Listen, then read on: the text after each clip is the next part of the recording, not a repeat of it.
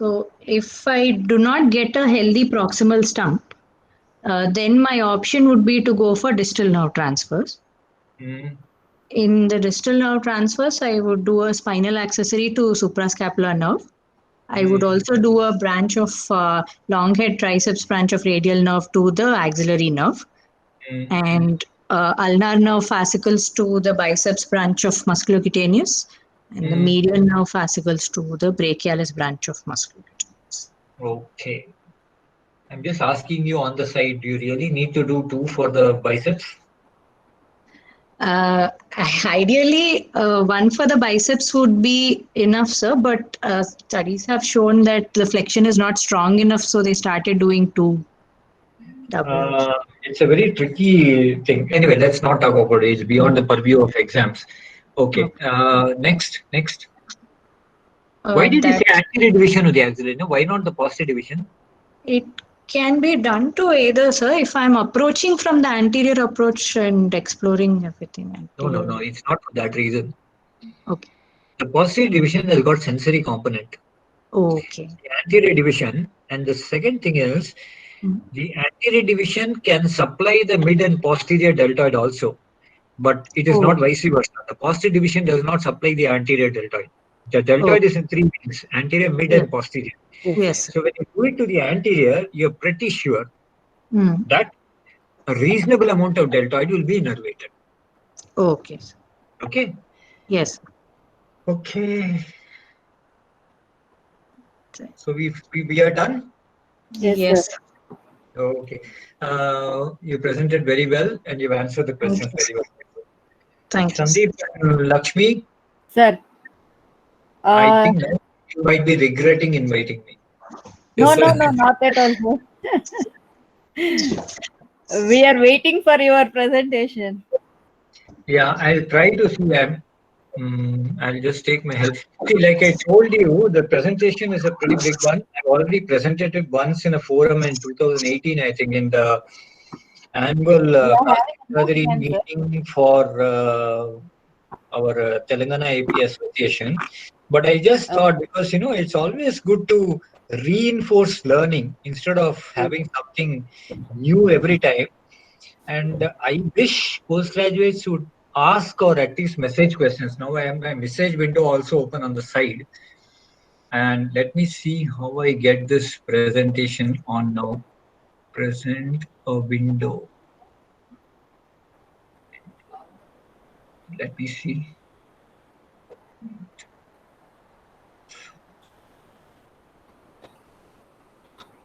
On the lower right side, the presentation is there, sir. Yeah, I have my presentation here, but wait. It will be present. It should be present the entire screen or window. I get an option, your entire screen. Present now, that lower right side, present now. Yeah, I've done that. It doesn't share. Choose what you'd like to share. Can you see now? No. Oh, yeah. Yes. Now it's coming, sir. Now it's coming. Yeah. You can see? Yes, sir. Yes, sir. We can see. It is now on full screen mode. Yeah. Now it's full screen. Yes, sir. Yeah. Okay. I will get that close. Yeah. Shall we start? Yes, sir. Yeah. My presentations usually are quirky. So I just made this nerve injuries, dotting the I's and crossing the T's. It just implies that, going into the details of certain things, which we tend to assume. And the disclaimer is not relevant here since all of you are postgraduates anyway. So how I started this presentation is by framing questions which I thought PGs may ask. And then I did research over a month or so, going into articles and stuff like that to just find the answers to that. And it was a good learning experience for me. Question, I'll just read out some of the questions. Which nerve graft do we use? Whether nerve grafts do have a direction? How to harvest nerve grafts? What is the role of neurotization? what does Sunderland's nerve injury mean, what investigations are required, and so on. So I, thought I'll have some 20 questions. This is myself in August 98 when I was confronted by a brachial plexus injury. This is a very famous painting that goes by the name of Scream by someone called Edward Munch. I have a copy at home because my wife painted one. And pessimism is a form of mental alcoholism. So at that time, I remember we were doing a plexus injury at 4:30 in the evening. Then I, made a grand statement, which I was not ever able to keep, saying that I'll never do plexus injuries as long as I'm alive. There are two things about plexus injuries. There has been a lot of pessimism in using nerve grafts, but this study by Bertolli shows that he had 22 patients in which he used grafts of 17 centimeter plexus injuries. Forget about the peripheral nerves. 20 of those 22 regained elbow flexion. So there is no reason, if he can do it in proximal nerve injuries and plexus, that you won't be able to duplicate the results in forearm injuries, which are far more easy. So nerve grafts are extremely good. You have to be extremely optimistic about them. And whenever in doubt, you put a nerve graft, right? And completely opposite to that is this contralateral C7 nerve root transfer, which is called the Wong's technique, which I think quite a lot of you would have been familiar with or heard other people doing. This goes completely against the concept of putting nerve grafts, meaning you radically mobilize the nerve ends and suture them into tension, but still it seems to work. And this is a radical change. All these years we have been told that nerves do not sustain tension. So whenever in doubt, you put a nerve graft. That's good. Nerve grafts give excellent results. But when you're taking into consideration very proximal nerve injuries, the thought is always there that it may not reach the end organs before they completely atrophy. So if you need to have hand function, you really can't put nerve grafts. It doesn't work. But by the time the nerve graft reaches the bottom, even when you do a vascularized nerve graft, you don't get useful hand function. And that concept has been changed by this Wong.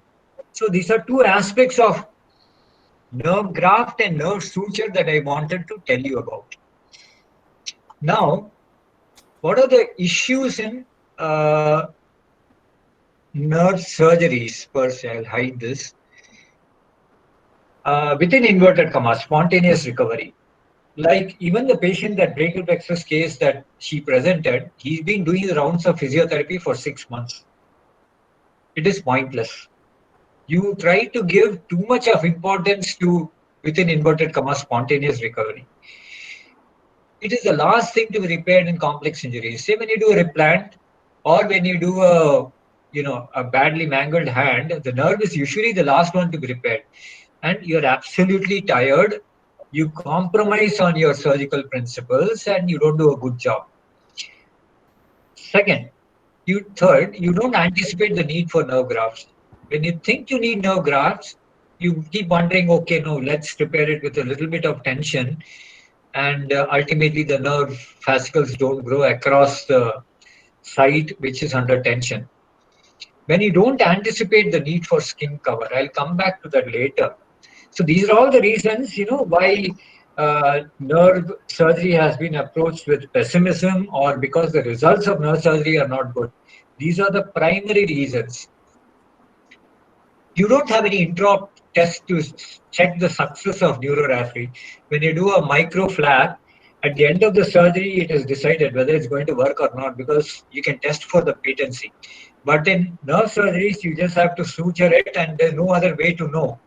Except at the end of 6 months or 9 months. So that makes it very difficult. There are certain biological factors which are probably beyond our control.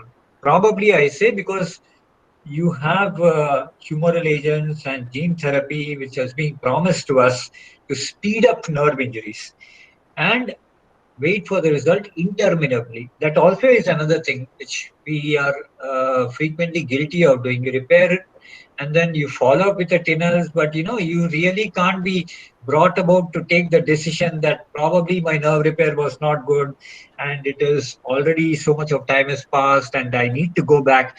Maybe your ego, sorts of gets in the way, saying that, should I go back and explore?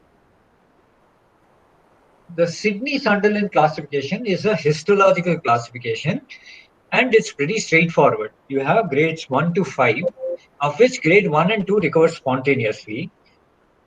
Grade 4 and 5 definitely need surgery. Grade 3 is the odd man out, whether you are going to do or not do. If you do, are you going to make the results better than spontaneous recovery is the issue.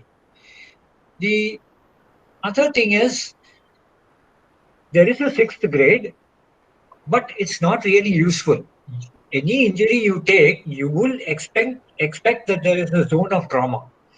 But grade 6 says that you can have a nerve lesion at multiple levels, which usually occurs, severe grade injuries, like avulsion injuries and things like that. But by and large, knowing those 5 is enough for you. 1 and 2 recover spontaneously. 4 and 5 need surgery. Grade 3 is a tricky thing to handle. So when you talk about electrodiagnostic examination, on the one hand, you have nerve conduction velocity, CMAP and SNAPs, which are based on surface electrodes. And then you have the single fiber EMG, which tests the muscle. So what it tells you is, it tells you of the state of innervation of the muscle, whether it's innervated, whether it's not innervated, whether it's re-innervated, or whether it's completely dead. The other thing is, the NCVs tell you about the presence of conduction block in the nerve. You need to go a little bit into ENMG yourself, because when you're asked a question in the exam, when you're sitting in front of the examiner, it gives you much confidence in interpreting an ENMG. What happens when you put a needle initially? What is rest activity? How does the re-innervation potential look like?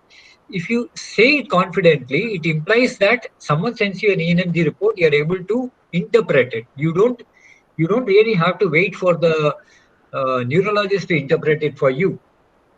So that is something. There are certain issues in clinics in plastic surgery which deal with this. Okay. Now I go back to my argument that if you have an open injury at a known site of nerve passing, and the patient has got clinical evidence of paralysis with an old open injury, there is no reason in doing an ENMG. Okay. Because to my own understanding, I don't find it shameful in exploring an open wound for a nerve injury and finding that the nerve is not transected. Right? Saying that, you would always do an ENMG, but then there's no point in doing an ENMG in a patient who's come to you just now with a nerve injury. You have to wait for 21 days. Right? So that is a different thing. Where does your ENMG really help? Where the recovering muscles don't have clinical function. Just what I pointed out when we did that median nerve case with her. At 3 months, you don't expect a return of clinical function, but you need to know whether something has grown in. There you would do an ENMG, where a conduction block has to be excluded. That is classically in compression neuropathies. When you need to diagnose multi-level lesions, for example, you have a TINALS in the scar which is weak and a TINALS which is weak distally. So you can't exclude a proximal level lesion. And where the muscles cannot be clinically tested. The classic example is supraspinatus. But the tragedy is, if you can't test a muscle clinically, you can't even locate it to put a needle. Right? So it is something like a catch-22 situation. When I send my patient to the neurologist, I expect him to target the rhomboids and the supraspinatus. But it may not be possible even for them. Okay. So this is an example of a 3 Tesla MRI. I don't know how to use a pointer. Let's see. Does it help? Can you see something? Yes, sir. Yes, sir. Yes, sir. Yes, sir. Okay, that is a classic example of a large pseudomeningocele of the C8 and T1. Okay. And this is a 3 Tesla MRI. We are more habituated to seeing coronal sections, but all the people who are good at the job, they use transverse sections. and I always compare the opposite side.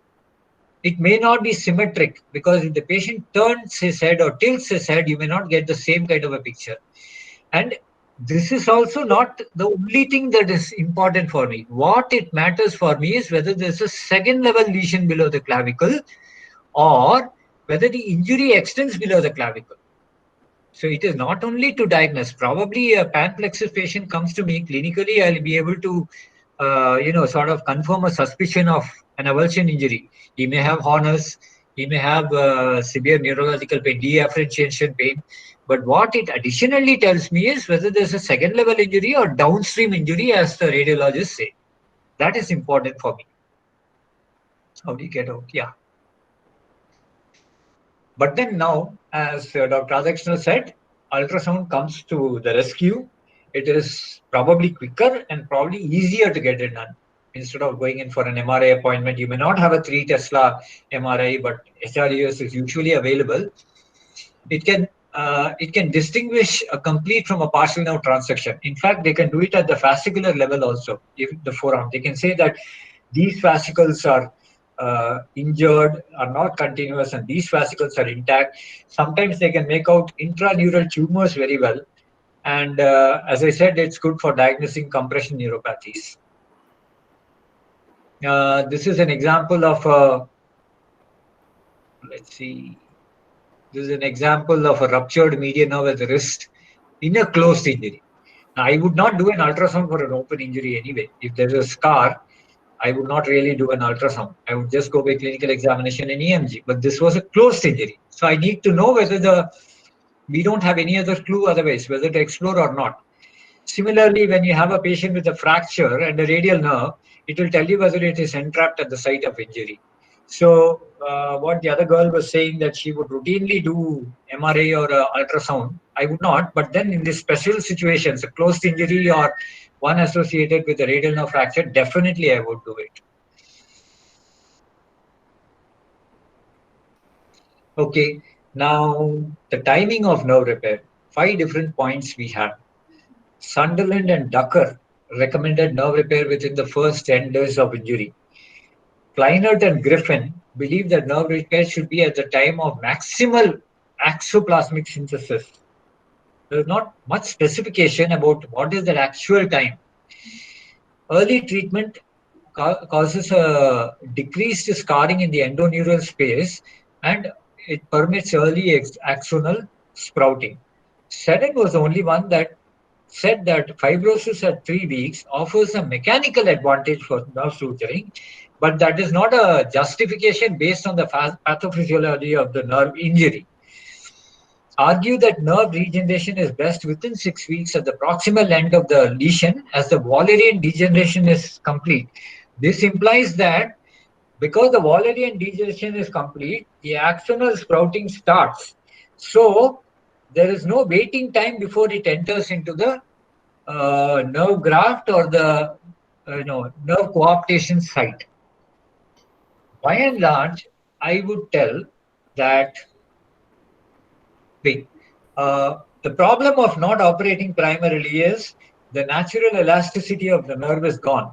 And what could have been managed with a nerve suture becomes a nerve graft, because you cannot overcome the elasticity like you can do primarily. If you wait, it gets stuck to the nearby tissues, and then pulling it may have an adverse effect on the vascularity. Yes. So that is one reason to do it primarily. And obviously, there is scarring will cause substance loss during freshening. If you find a nerve injury today, and you don't really have to freshen it, but if you do it after say 3 weeks, you have to freshen it. And that vascularization, neovascularization, causes a bleeding, which may cause a hematoma and compromise your nerve result. So by and large, there's no reason why you should not repair a nerve injury at day 1. Okay, if you get that scope. Now, all this we are talking with respect to open nerve injuries.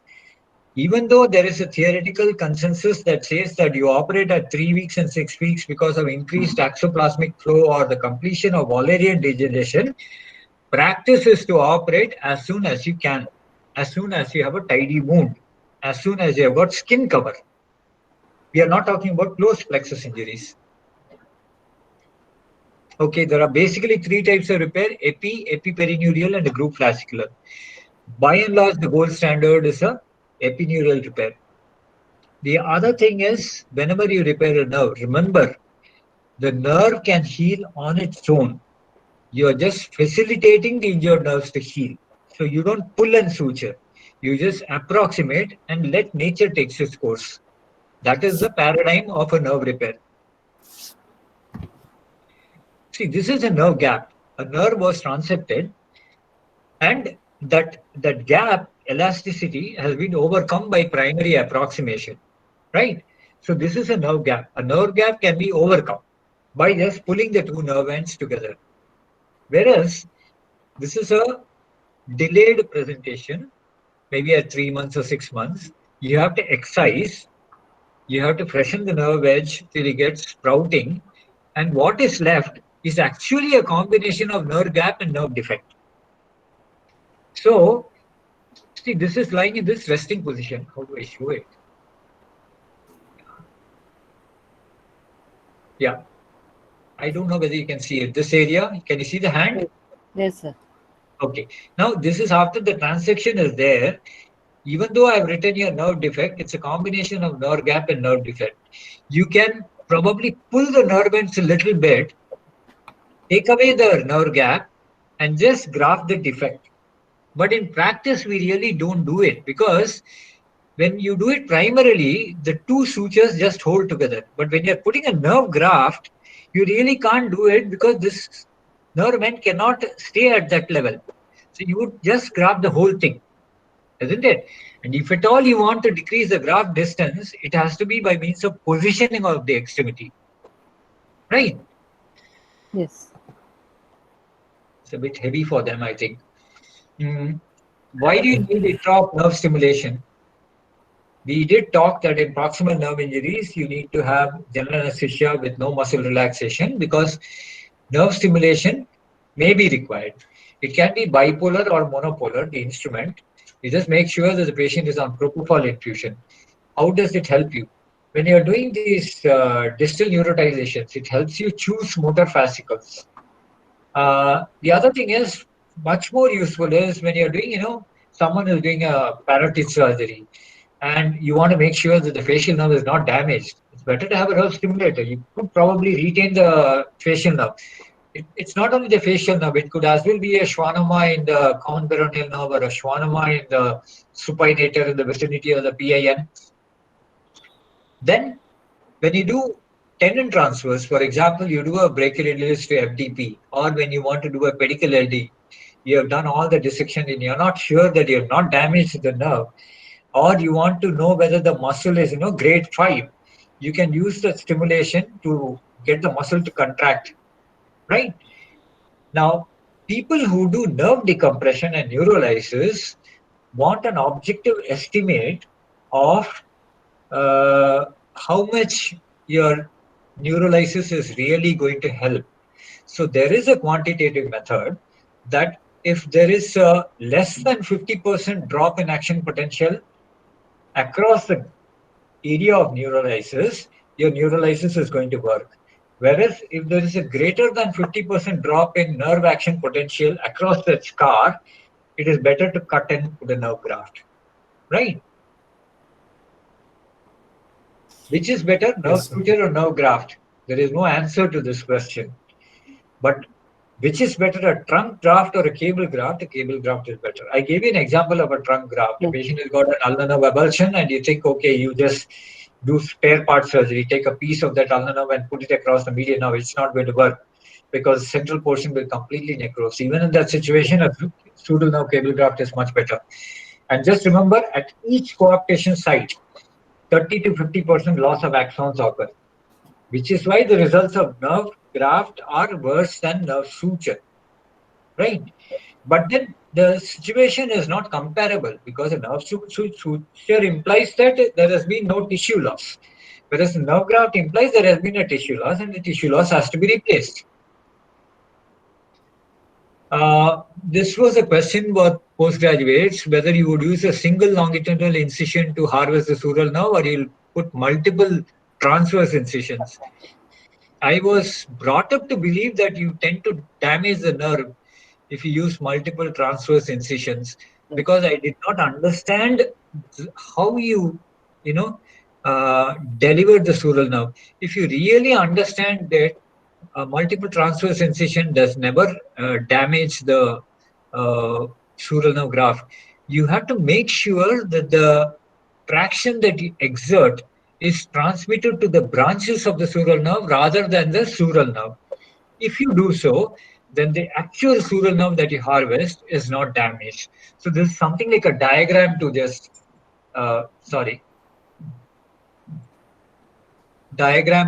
explain that.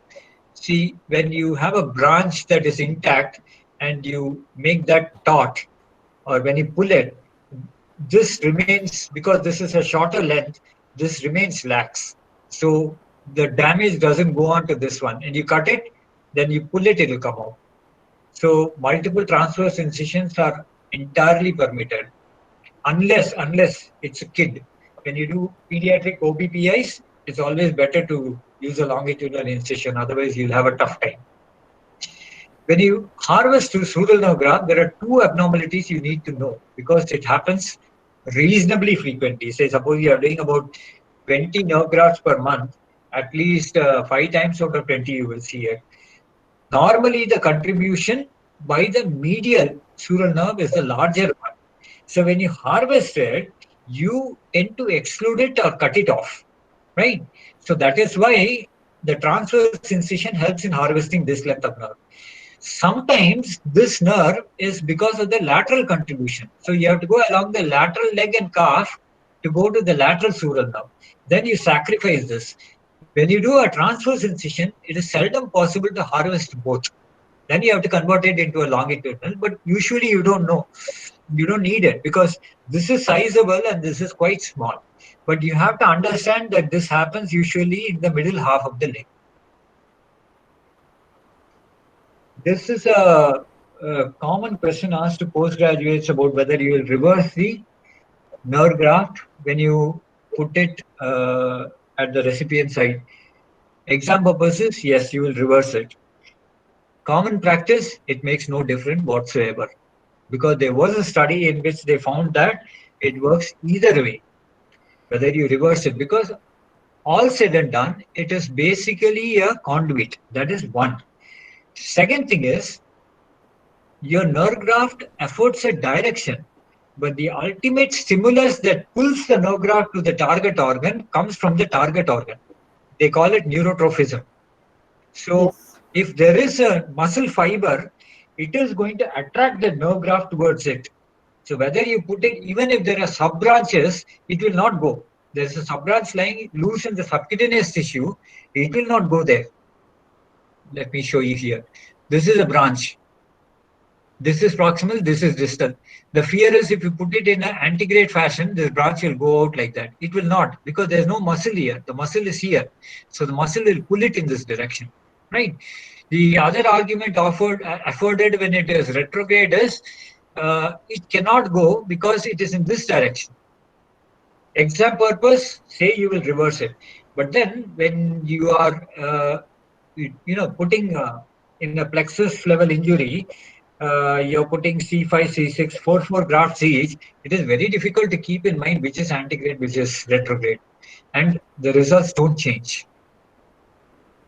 Whether nerve graft gives bad results, we have a 55% success rate for elbow flexion and BPI using the spinal accessory to the musculocutaneous. There are very specific indications for this procedure, using a 12 to 17 centimeter sural nerve graft also. So, the poorer results of nerve grafts is probably not because of the length of the graft, but a combination of factors like concomitant soft tissue injury and destruction of target organs, not the nerve graft per se. And that has been our own experience. The best situation for nerve grafting.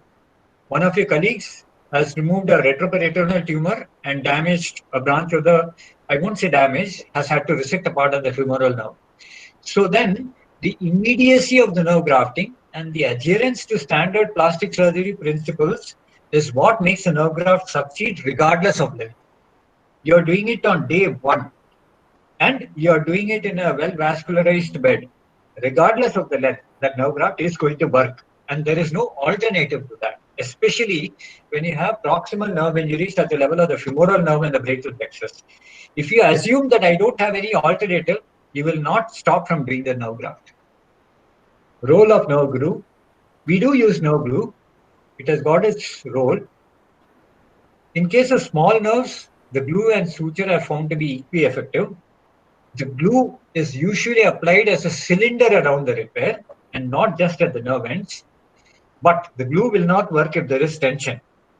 And if you are using only glue, the nerve coaptation site has to be protected for 2 weeks for its tensile strength. Sorry for the spelling mistake. You would anyway protect it with splintage. Minimal sutures plus glue is probably much better than complete sutures and glue, because you minimize the sutures, foreign body and all that, regardless of using tenoethylon. So minimal sutures plus glue is probably much better than complete sutures and glue. Now, there are, things that it's called a polyethylene glycol hydrogel. It is something, and even lasers have been used. You can spot weld nerves, meaning when you normally do a nerve repair, you're going to wait for a month or so before it's going to cross. But when you spot weld the nerves, it crosses immediately. That's a technique. It's just theoretical. We never obviously have any experience with that. I would request postgraduates to be aware of this procedure. It's a pedicled vascularized nerve graft, which was done previously. Most postgraduates don't know about it, but it's a good thing to know. You have a situation like an electrical burns or a massive forearm injury where both the median and the ulnar nerves are injured. Can you see my arrow? The pointer? No, you can't. Yes, sir. Let me see. Yes, sir. Yes. You can see the arrow. Yes. Yeah. Okay. Sorry. So you have the median nerve and the ulnar nerve injured at this level. You just join both of them. These are the distal ends of the nerve. Join both of them, but you have to make an axotomy here. Okay. So then what happens is they start growing in like this. And this has got its inherent vascularity. Subsequently, this is transferred to this nerve. So what you're basically doing is, in an ulnar nerve injury, a high ulnar nerve injury, the chance of intrinsic recovery is very poor. So you utilize it as an in situ graft and do it as a 2-stage procedure to get the more important median nerve function. So this is called a St. Clair Strange procedure. It is probably an example of a pedicled vascularized ulnar nerve graft and has been utilized in proximal brachial plexus injury also for innervation of the lower trunk.